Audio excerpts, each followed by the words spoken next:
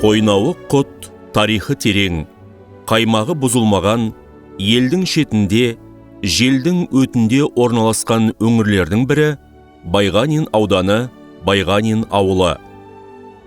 Байғанин ауылы бойында қайсарлық пен имандылық ұялаған азаматтары бар ауыл. Сол себептен де бұл аймаққа қатысты тектілер түлеген топырақ деген тіркес жиі айтылса керек. Осы киелі ауылда 1965 жылы 20 қаңтарда Убайдолла Мәдірұлы дүниеге келді.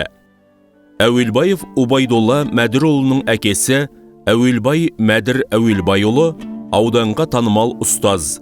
Байғанин аудандық нөмірі 163 кәсіби техникалық училищесінде 35 жыл еңбек еткен. Директордың тәрбие жөніндегі орынбасары қызметін атқарған. Жан-жақты, өте сауатты, үнемі салауатты өмір салтын ұстанған өнегелі адам болды. 2024 жылдың сәуір айының басында 96 жасында дүниеден өтті. Анасы Әуелбаева Озипа Кенғанқызы қарапайым жұмысшы, бала тәрбиесімен айналысқан, ағайын тумаға, жекжат жұрағатқа сыйлы, ешкімге дауыс көтеріп сөйлемейтін парасатты адам болды. 2018 жылы 89 жасында дүниеден өтті. Арттарында қалған 4 ұл, 4 қыздың көздерінің тірісінде жоғары білім алуларына барлық жағдайды жасап, ұлдарын ұяға, қыздарын қияға қондырған аяулы жандар. Жатқан жерлері жарық, топырақтары торқа, имандары жолдас болсын дейміз. Убайдолла 1972 жылы Комсомолдың 30 жылдығы атындағы Байғанин орта мектебінің табалдырығын аттап, 1982 жылы орта білім жөніндегі аттестатын алып шықты. Бастауыш кластағы ұстазы Райса Мәженова. Одан кейін 4 класстан бастап 10 класты аяқтағанға дейін Өтесінова Айша апайы класс жетекшілік етті. Жастайынан спортқа жақын болып, түрлі спорт түрлерін жете меңгерді. Соның ішінде Байғанин мектебі деп ерекшеленетін еркін күреспен айналысып, аудан облыс көлемінде өз салмақ дәрежесінде бірнеше мәрте жеңімпаз атанды. Спортқа деген сүйіспеншілігі осы уақытқа дейін салауатты өмір салтын ұстануына ықпал етуде. Жас кездегі спортқа деген әуестік студенттік кезде, әсіресе әскерде жүргенде өзі қатарлы неше түрлі ұлт өкілдері арасында шиыршық қазақ баласының қандай болатынын дәлелдеуде көп пайдасы тиген. Убайдолламен 1984 жылдан бері сол таныспыз. Осы Орал қаласынан әскери қатарына шақырылдық. Сол Украина Харьков қаласында болдық. Убайдолла жайлы айтатын болсақ, Убайдолла арамызда енді салмақты жігіт болып, өзі спортсмен, білімді жігіт, мінезі сондай бір артық сөйлемейді, бір нақты бір сөйлейтін жігіт сондай болды. Жаңа арқашанда сол көмек әзір, қол ұшын беруге сондай жігіт. Содан бері енді таныс болып келатырық, осы 40 жылдай болды. 40 жылдан асты ғой енді, 84-тен. Сол әрі сол араласып келатырық. Жаңа бір-өзімізге барып, сол бір-өзімізге сол бірге саяхатқа барамыз. Солай араласып келатырық. Енді бір эпизод бар, айтып беретін, енді армияда болғанда бір сондай бір қызықты бір сәттер болды.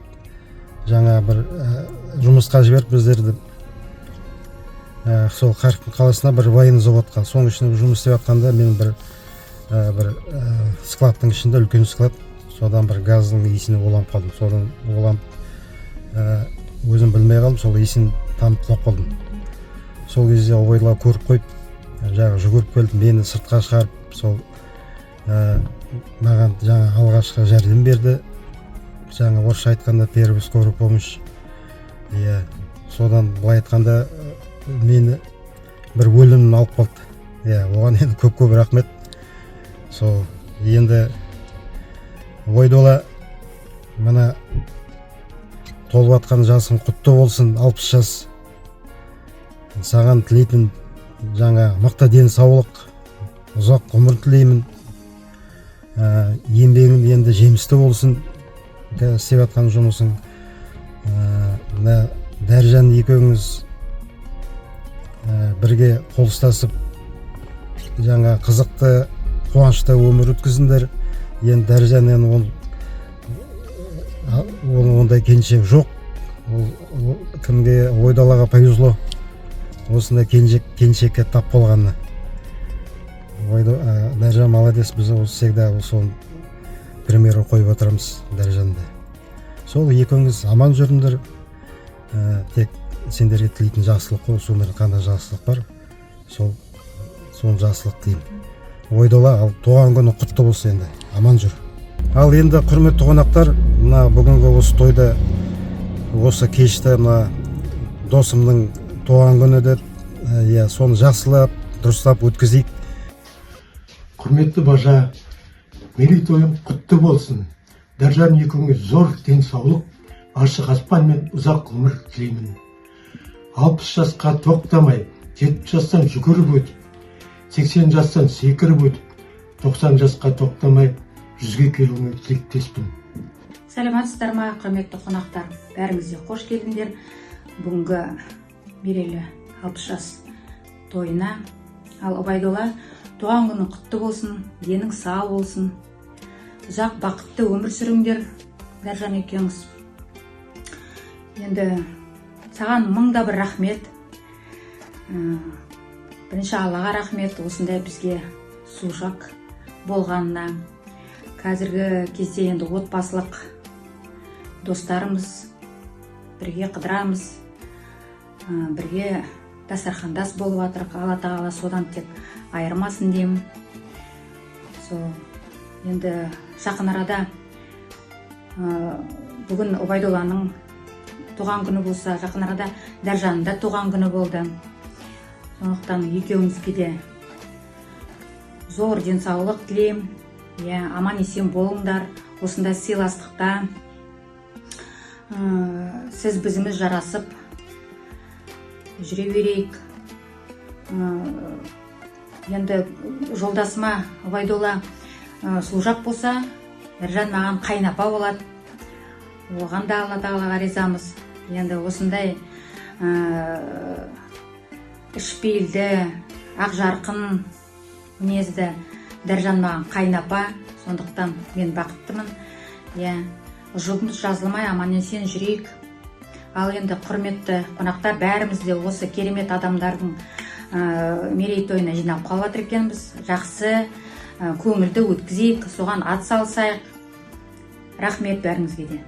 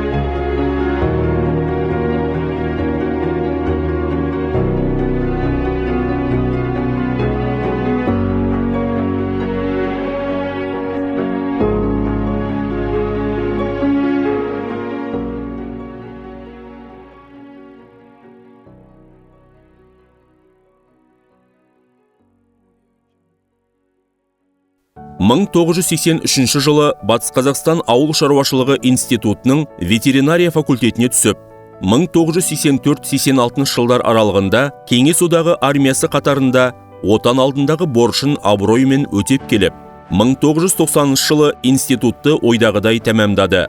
Осы 1990 жылы Даржан Ғалымжан қызы Нұрғожинамен отбасын құрды. Алғашқы өмір жолын сол 1990 жылы Ақтөбе облысы, Ақтөбе ауданы Карл Маркс совхозында ветврач болып бастап, Родниковка ауылында тауарлы сүт фермасында 1996 жылға дейін жұмыс жасап, кәсіби тәжірибе жинады. 1996 жылы Ақтөбе қаласына қоныс аударып, шекарамен көліктегі мемлекеттік ветеринариялық бақылау мемлекеттік мекемесіне жұмысқа орналасып, содан бері талмай жұмыс атқарып келеді. Заман талабына сай мекеме атаулары бірнеше мәрте өзгерді. Алайда 2011 жылы Қазақстан Республикасы ауыл шаруашылығы министрлігінің ветеринариялық бақылау және қадағалау комитеті Ақтөбе облыстық аумақтық инспекциясы құрылып, күні бүгінге дейін осы мемлекеттік мекемеде жұмыс жасап келеді. Әуелі бас маман, кейін тамақ өнімдері қауіпсіздігі бөлімінің бөлім басшысы. 2021 жылдан бері Обайдолла Мәдірұлы мекеме басшысының орынбасары қызметін атқаруда. Салада атқарған еңбегі еленіп, облыс әкімінің, комитет төрағасының алғыс хаттарымен қоса, Қазақстан Республикасы президентінің Қазақстан Республикасының тәуелсіздігіне 25 жыл мерекелік медалімен, ауыл шаруашылығы қызметкерлерінің салалық кәсіподағының медальдарымен, төс белгілерімен марапатталған. Саламатсыздар ма, құрметті тойшыл қауым. Мен Обайдолла Мадировичтің әріптесімін. Есім Бөгетбай Әлібей Темірұлы болады. Мен Обайдолла Мадировичпен 2017 жылы Батыс Қазақстан аграрлық техникалық университетін тамамдағаннан бері Ақтөбе облыстық аумақтық инспекциясына бас маман болып келгеннен таныспын. Бұл кісінің сол жылдан бері, 8 жылдан бері жұмыс істеп келе жатырмыз бірге. Бұл кісі Мадировичпен біз менің жұмыстағы алғашқы тәлімгерім, осы кісінің тәлімгері болдым, менің ұстазым болды. Бұл кісі өзінің жаңағыдай қарапайымдылығымен, үлкенге құрмет, кішіге ізеттілігімен өте ерекшеленетін кісі. Жалпы енді Обайдолла Мадировичті осы келіп жеткен мерейтойымен шын жүректен құттықтаймын. Отбасыңызға амандық тілеймін. Жұмысыңыз алға баса берсін. Деніңізге саулық. Енді мына бүгінгі келген қонақтарға осы атаулы күнді өте жоғарғы нотада, көңіл күймен өткіземіз деген ниеттемін. Соған тілекшімін. Обайдолламен біздер енді бір класста оқыдық. 1972 жылдан 1982 жылға дейін. Обайдолла мектепте класста өзінің алғырлығымен, мұқияттылығымен, еңбекқорлығымен көзге түсті. Сабақты үлгерімі жақсы болды, тәртіпті болатындай себебі оның папасы да ұлағатты ұстаз, аудан көлеміндегі білікті маман болды. Үйде тәртіп, сыртқа шықса көршісі Қазақстан еңбек сіңірген тренері болды. Қазақша күрестен, еркін күрестен. Бәйділер де соған тартып, талай облыстық жүлделер алып тұрды. Палуанымыз ішіндегі кластағы. Общем, солай 10 класты бітіргеннен кейін жан-жаққа кеттік.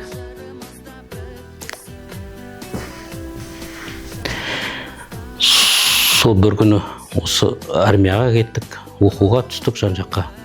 90 жылы бір производственный практикамен Оралға барғанбыз. Оралда вокзалдан түсе бергенде Құдай өзі кездестірген шығар. Бәйділәнде кездесіп қалдық.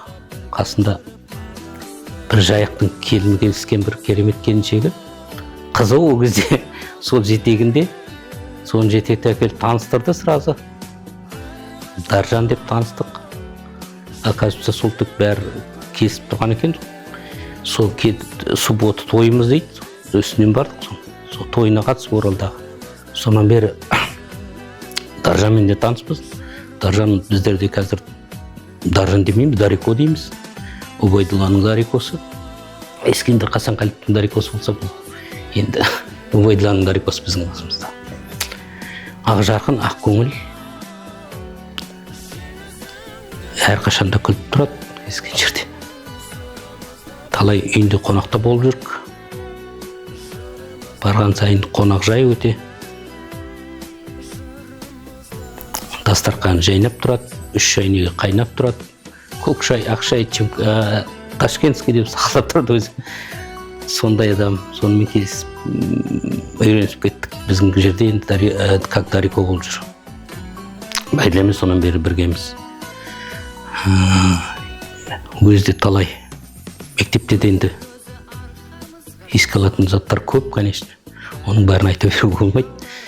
Бір рет осы мұғаліміміз ол кезде бізге шамалы строгайлау қазіргі дейміз. Указкамен ұратын кездері болды.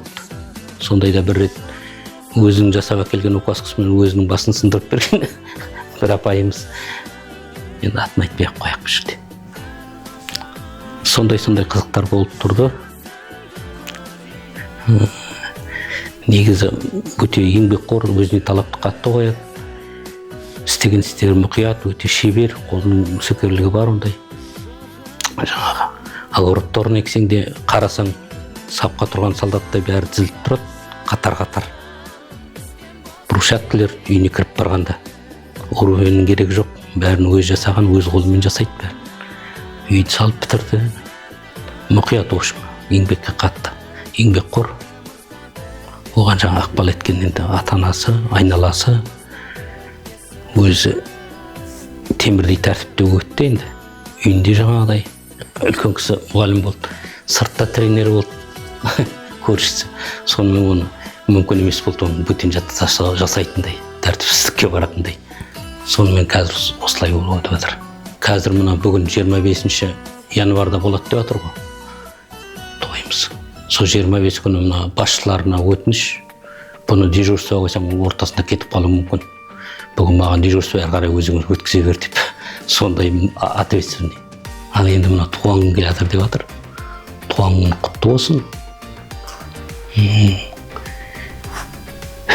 Мерейің үстем болып, беделің биік болып, абыройың арта берсін. Қуанышты күндерің көп болсын. Мен Әбекеңмен таныс болып, дос болып, жолдас болғаныма, бір-бірімізді жақсы білгенімізге 45 жылдан астам уақыт өтіпті. Ол да бір адамның ғұмыры деп есептеймін. Байділла бала кезінде өзінің оқуға, білімге, спортқа деген құлшынысымен басқа балаларға қарағанда өзгеше алда тұратын бала болды. Сондықтан да оны енді ұл мен қыз болып мектепте жаңағы жас жеткіншек болып өсіп жатсақ та жақсы оқитын, жақсы жүретін, тәртіпті балаларға тартылып тұрады ғой енді қыздар жағы. Сондықтан Байділлямен осы өсіп кішкентай кезімізден өссек те өсе келе жас жігіт, жас қыз болып жүргенде де сондай жақсы дос болып, сыйласып, араласып кеттік. Одан кейін екеуміздің 10 класс бітіргеннен кейінгі де армандарымыз бір болыпты. Екеумізде де медицина саласына қызығушылық жақсы көп болып, екеуміз осы Ақтөбе медицина институтына қатар тапсырдық. Одан кейін Обайдулла әскер қатарына кетті. Сосын Оралға оқуға түсті, басқа оқу орнына. Сондықтан шамалы өмір жолымыз шамал алшақтап кеткендей болды. Бірақ бір-бірімізбен хат арқылы болсын араласып, құраласып жақсы дос болып жүрдік. Бір есімде қалатын оқиға, Обайдулла студент кезінде мен Оралға қонаққа бардым. Сол кезде өзінің достарымен таныстырып, бірге жүрген қатар құрбыларымен таныстырып, бізді Жайық өзеніне саяхаттауға шақырды. Сонда өзінің ең бірінші рет жаңағы Жайықта қайыққа мініп корабльге Чапаевтың жаңа суға кеткен жеріне шейін барып көрсетіп, тарихи орындарын аралап, сол қыдырғанымыз есімде қалды.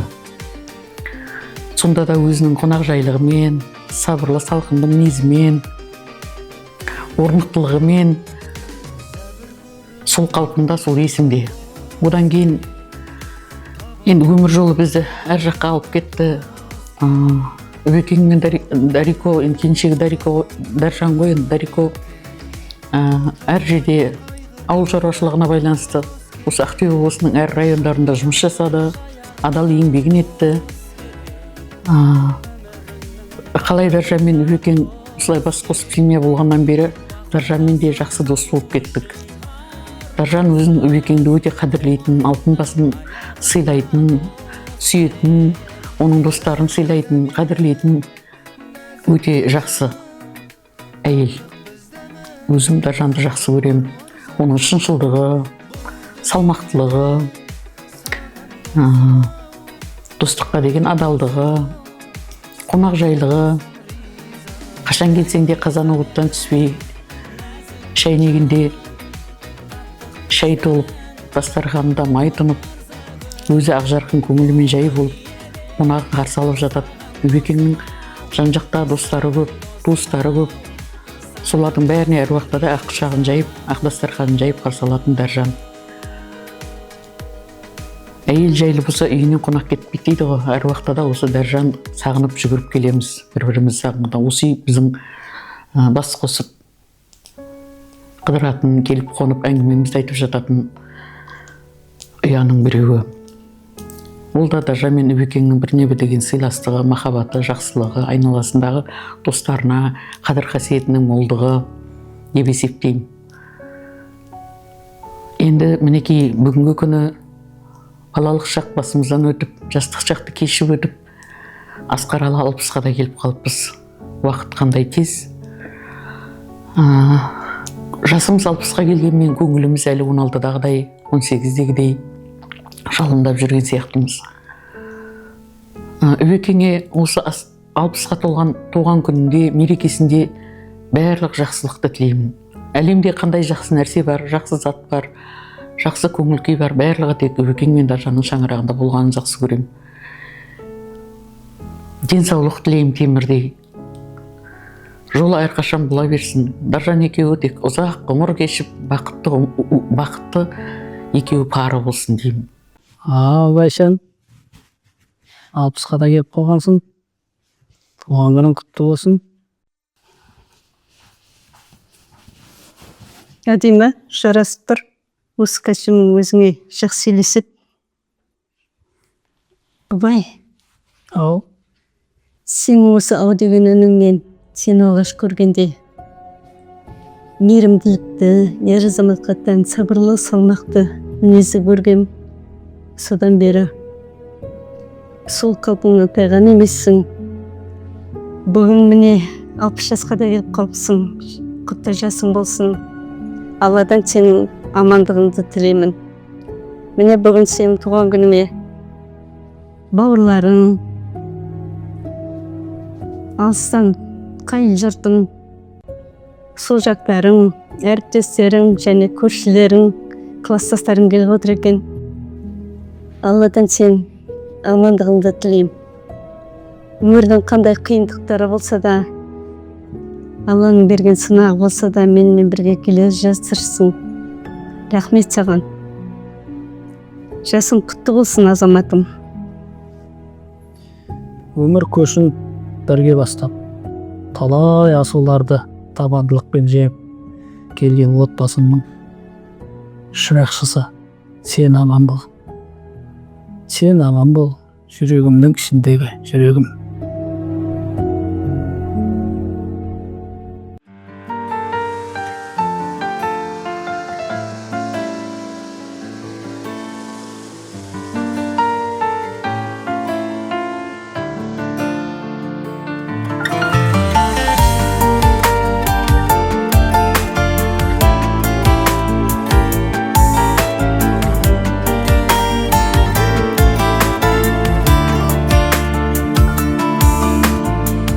Қысылсам да түсін алмай жырымды, түсіруге еш хақым жоқ құныңды. Айтады екем саған ғана сырымды, саған ғана шағады екем шағады екем мұңымды. Менсіз сен де көңілсізсің білемін, мен дегенім сен тудырған жар еді. Сен аман бол, сен аман бол, аман бол. Жүрегімнің ішіндегі жүрегім. Сен аман бол, сен аман бол, аман бол. Жүрегімнің ішіндегі жүрегім.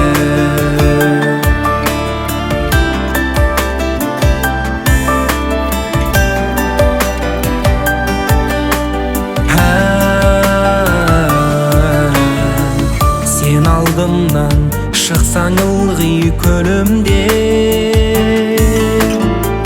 демек менде еш себеп жоқ түңілме.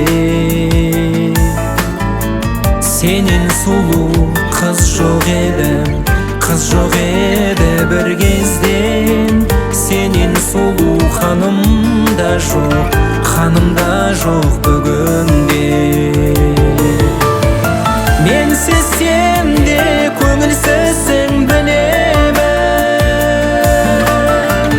мен дегенім сен тудырған жар еді.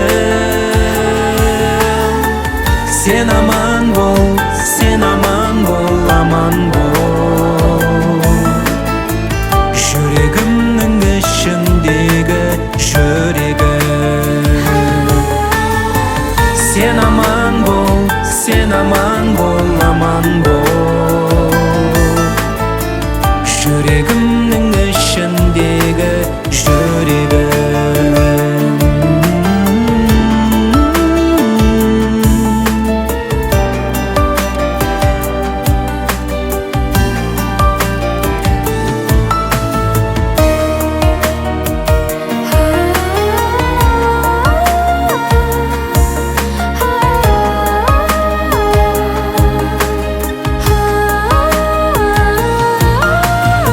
Менсіз сен де көңілсізсің білемін, мен дегенім сен тудырған жар еді. Сен аман бол, сен аман бол, аман бол. Жүрегімнің ішіндегі жүрегім. Сен аман бол, сен аман бол, аман бол. Жүрегімнің ішіндегі жүрегім.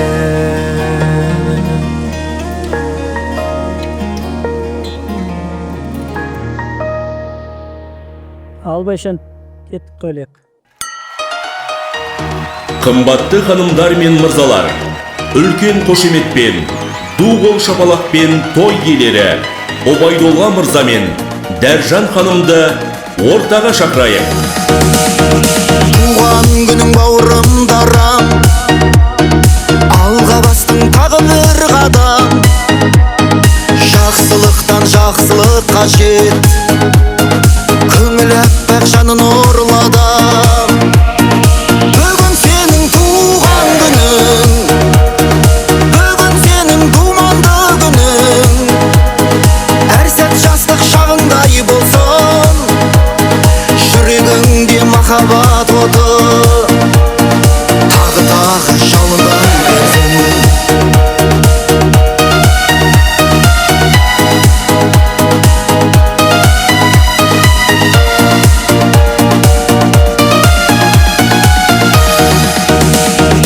Алмастырса жылдарды жылмен, сынақтарда сынбауды білген. Досқа бауыр, бауырларға дал,